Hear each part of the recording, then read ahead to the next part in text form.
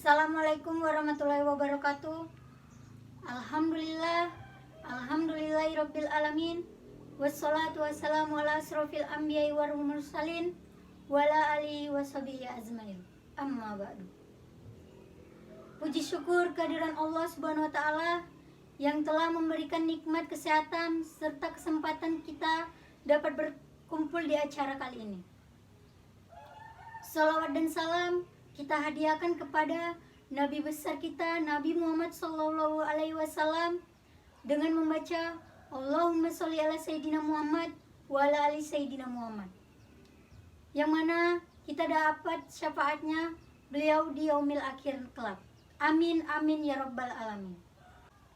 Yang saya hormati Ibu Hapni Laila Siregar selaku dosen yang pengampu, dan yang saya hormati teman-teman saya sekalian.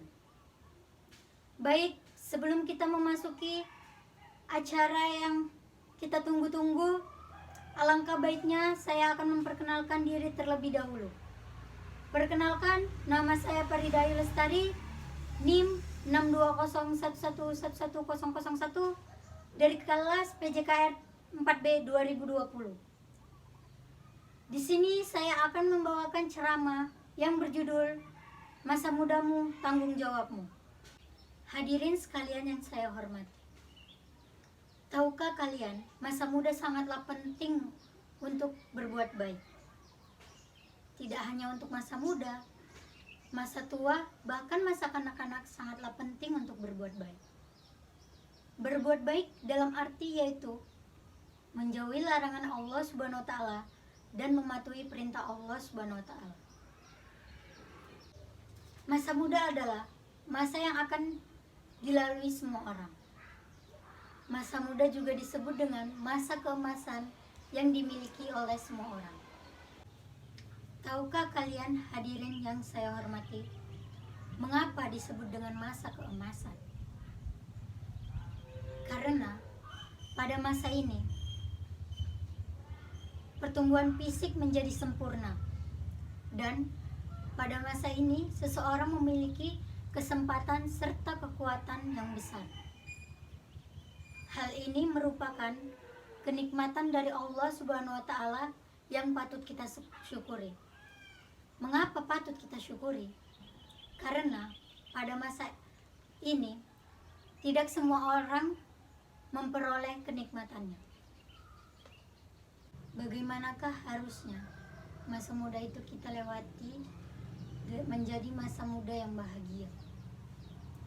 Dia tentu tidak akan menyia-nyiakan masa mudanya dengan berfoya-foya tanpa melakukan amal perbuatan yang bermanfaat bagi akhiratnya. Dia juga akan senantiasa memanfaatkan masa mudanya dengan beribadah kepada Allah Subhanahu wa taala dan mengisi hari-harinya dengan perbuatan yang mendekatkan diri kepada Allah Subhanahu wa taala.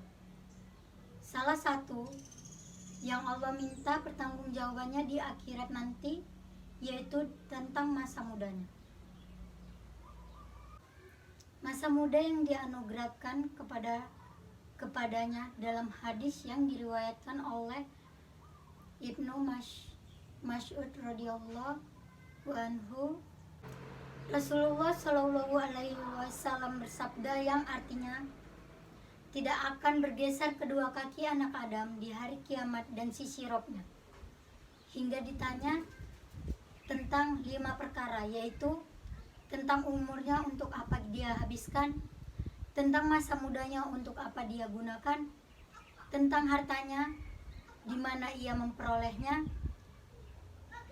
dan dalam hal apa hartanya tersebut ia belanjakan, dan apa saja yang telah ia perbuat dari ilmu yang ia miliki.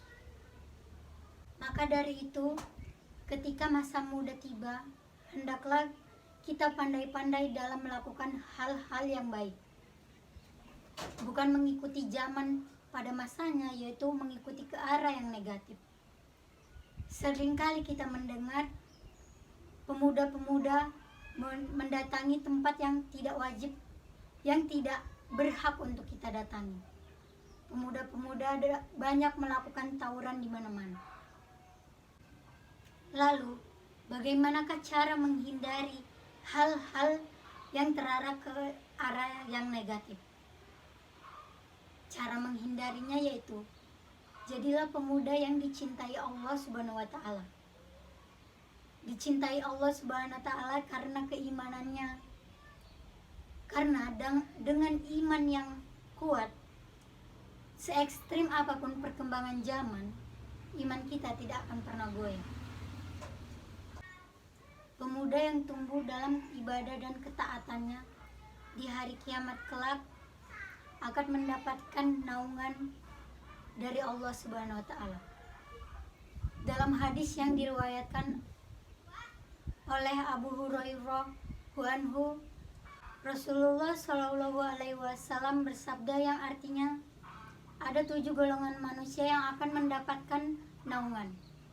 Kecuali naungannya diantaranya adalah seorang pemuda yang tumbuh dalam keimanan atau ketaatan kepada Allah Subhanahu wa taala.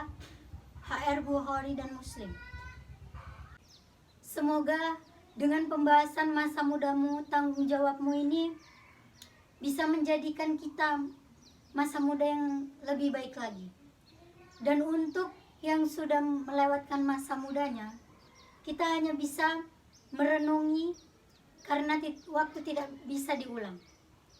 Dan kita menjadikan masa sekarang menjadi masa perbaikan. Baik, hanya inilah yang dapat saya sampaikan. Lebih dan kurang saya mohon maaf. Kepada Allah saya mohon ampun. Saya sudahi. Billahi taufik wal hidayah. Wassalamualaikum warahmatullahi wabarakatuh.